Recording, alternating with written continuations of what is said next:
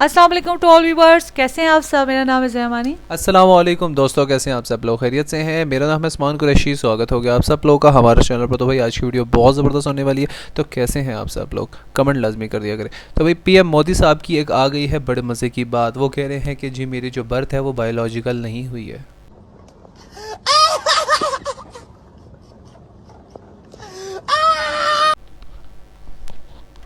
चलिए तो वीडियो को स्टार्ट करते हैं। नहीं मैं जा रहा हूँ, मतलब तो मैं जॉब छोड़ दूँ? यार मैं जा रहा हूँ, नहीं, सॉरी आप सॉरी मुझे छोड़े। नहीं सॉरी भाई मैं जा रहा हूँ। आप ना मैं छोड़े, जॉब कुछ छोड़ूँ? मैं जा रहा हूँ। नहीं ये क्या है यार? मतलब कंट्रोल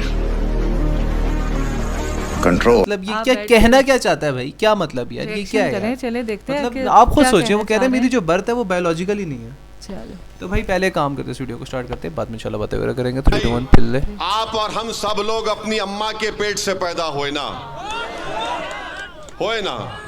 आप और हम सब। अम्मा ने हमको, अल्लाह ने हमको खून के खतरे से एक लुथड़ा बनाया। 9 महीने के बाद अम्मा ने हमको पेट से निकाला, हम पैदा हुए।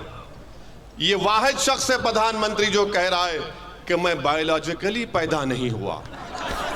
ना हंसने की बात नहीं है। उन्होंने कहा ये बात को, उन्होंने कहा इस बात को कि मैं बायोलॉजिकली पैदा नहीं हुआ। अब आप बताइए, 130 करोड़ जनता का प्रधानमंत्री है और संविधान की दफा 51 ये कहता है कि भारत के नागरिकों को अपने आप में एक साइंटिफिक टेम्परामेंट पैदा करना चाहिए, यानी एक साइंटिफिक सोच पैदा करनी चाहिए। प्रधानमंत्री कहते हैं कि मैं बायोलॉजिकली पैदा नहीं हुआ। सुनिए, अभी आपको समझाना चाह रहे हैं।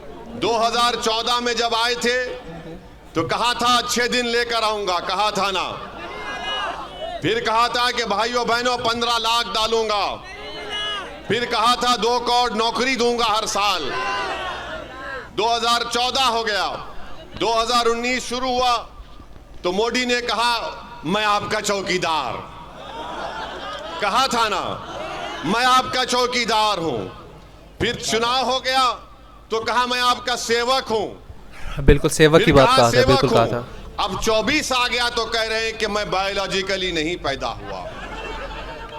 अब मोदी ये कह रहे हैं कि मुझे खुदा ने, शक्ति ने किसी मकसद के लिए पैदा किया है। अब वो दिन दूर नहीं है कि नरेंद्र मोदी कह देंगे कि मैं ही सब कुछ हूं, मेरी पूजा करो। हो भी सकता है ऐसा हो सकता है। नरेंद्र मोदी अगर ये कह रहे हैं, चाहने वाले उसकी पूजा भी करना स्टार्ट कर देंगे। एक मकसद के तहत उनको यहाँ पर पैदा किया है। मोदी जी, जब कोविड के 2 वेव हुए तो बिहार के नौजवान जो मुंबई से, दिल्ली से, हैदराबाद से, बेंगलुरु से पैदल चलकर आ रहे थे, तो क्या इसीलिए ऊपर वाले ने आपको प्रधानमंत्री बनाया था कि उनको तकलीफ पहुंचाए जाए? बताओ मोदी, जब आप कह रहे हैं कि आपको ऊपर वाले ने काम के लिए रख दिया, तो आपने पूरे देश को बंद कर दिया। 130 करोड़ जनता को नरेंद्र मोदी ने चंद घंटों की भी मोहलत नहीं दी और कहा कि भाइयों बहनों लॉकडाउन होगा। देश को बंद कर दिया मोदी ने। और मोदी कहते हैं कि मैं एक शक्ति है, मुझे किस खास काम के लिए भारत में यहाँ पर काम करने के लिए रखा गया। मोदी जी, आप अहंकार का शिकार हो चुके हैं, आप गुरूर में डूब कर बोल रहे हैं। याद रखो, भारत एक देश है और देश बड़ा है। नरेंद्र मोदी, तुम देश से बड़े कभी थे ना कभी रहोगे इंशाअल्लाह ताला। मोदी जैसे 56 लोग आके चले जाएंगे मगर भारत रहेगा इंशाअल्लाह ताला। भारत किसी एक शख्स का मोहताज कभी नहीं था। नेहरू आए, प्रधानमंत्री बने तो नेहरू ने देश परेशान नहीं किया, देश की जनता ने नेहरू परेशान किया, उनको प्रधानमंत्री बनाया। इंदिरा गांधी प्रधानमंत्री बनी तो इंदिरा गांधी ने देश परेशान नहीं किया, इन देश के गरीबों ने उनको प्रधानमंत्री बनाया था। राजीव गांधी बने, सब बने, मोदी भी बने तो देश के गरीबों ने उनको प्रधानमंत्री बनाया। अब मोदी ये समझने लगे हैं कि मैं हूं तो भारत है, मैं नहीं है तो भारत नहीं है। मोदी जी, आप गलत फहमी का शिकार हैं। भारत बहुत बड़ा है। और मोदी जी, एक बात को सुन लीजिए, ये जमीन व आसमान को बनाने वाला खुदा है।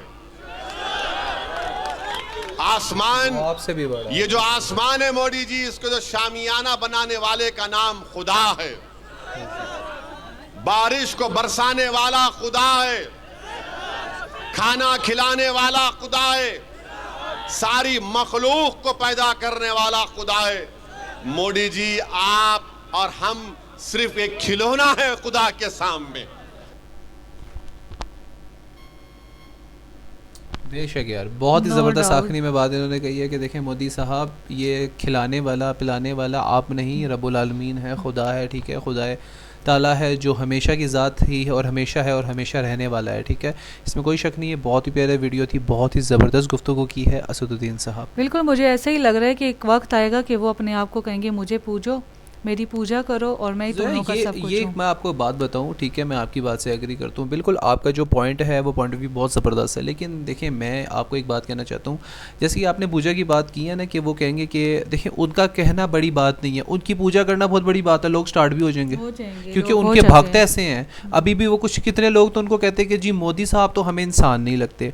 सेकंड थॉट, और एक तो मैं बातें सुन रहा था लोगों के, कुछ लोग कहते हैं जी मोदी साहब तो हमें इस दुनिया के नहीं लगते। हाँ। एक और बंदा था वो कहता है यूनिवर्स के नहीं लगते। दूसरा कह रहा था भाई कि मोदी साहब तो अभी तक वर्जन है, उन्होंने तो कभी उनकी जो एक नेगेटिविटी है माइंड वो तो कभी आई ही नहीं होगी।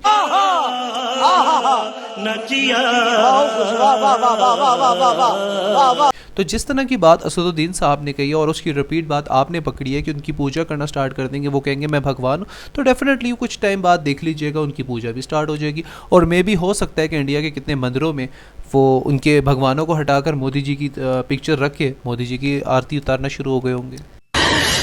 साले को बम से उड़ा दूंगा एक बार हाथ में आ जाए तो। और बात देखिए, इस बात पर सोच आती है कि वो कह रहे हैं मैं बायोलॉजिकली नहीं जो पैदा हुआ, लेकिन लोग उन पे मान भी रहे हैं, लोग और उन लोग पे मानने को तैयार हैं। वो ये तो कह रहे हैं वही 130 ना। करोड़ की आबादी है, तुम ये किस तरह की बात कर और रहे हो लोगों कि के मुझे एक sense- शक्ति के तौर पे पैदा किया गया है। सेंस ही नहीं है लोगों को कि अगर वो इतने ही अच्छे होते, ना ही कत्लो गारत होती, ना ही हिंदू मुस्लिम होता, ना ही हमारे में कोई बराबरी होती। देखिए मैं वही बात करना चाहता हूँ ना, वो कहते हैं जी सबका साथ सबका विकास, बात तो वही है, सबका साथ सबका सत्यानाश। तो हाँ, वो तो यहाँ ही करके बात रख दिया ना। आप तो सिर्फ हिंदुइज्म को आगे लेके जा रहे हैं, आप तो बात किसी यहीं को पर आगे नहीं आती लेके है। जा रहे ना। मतलब आप देखें, अगर आप कहते हैं कि हम क्रिश्चियनिटी को लेकर जाते हैं, क्रिश्चियंस कम्युनिटी को आगे लेके जाते हैं, तो मणिपुर इंसिडेंट्स वही बहुत है। मुस्लिम्स की अगर आप बात करते हैं तो गुजरात में और बाबरी मस्जिद के मामलात, और जिसके अलावा भी जितने इंडिया के अंदर जो मामलात मुसलमानों के साथ किए, तो शायद आप मुस्लिम्स के साथ भी नहीं है, आप तो सिर्फ हिंदुइज्म के साथ है ना। गाँव रक्षक की बात करें, बिल्कुल ऐसा ही है। अगर यार आप मैं कहता हूँ कि मुझे वो लेक्चर, वो लेसन दिखा दें जहाँ पर लिखा हुआ है कि जी गाय को हम नहीं खा सकते। चले वो मुस्लिम्स को तो हम दिखाते हैं ना, मुस्लिम से कुरान में लिखा हुआ है कि हम गाय खा सकते। मुझे बताएं कि इंडिया की वो कौन सी, मतलब हिंदुइज्म की कौन सी बुक है जहाँ पर गाय के लिए वो मना किया गया है।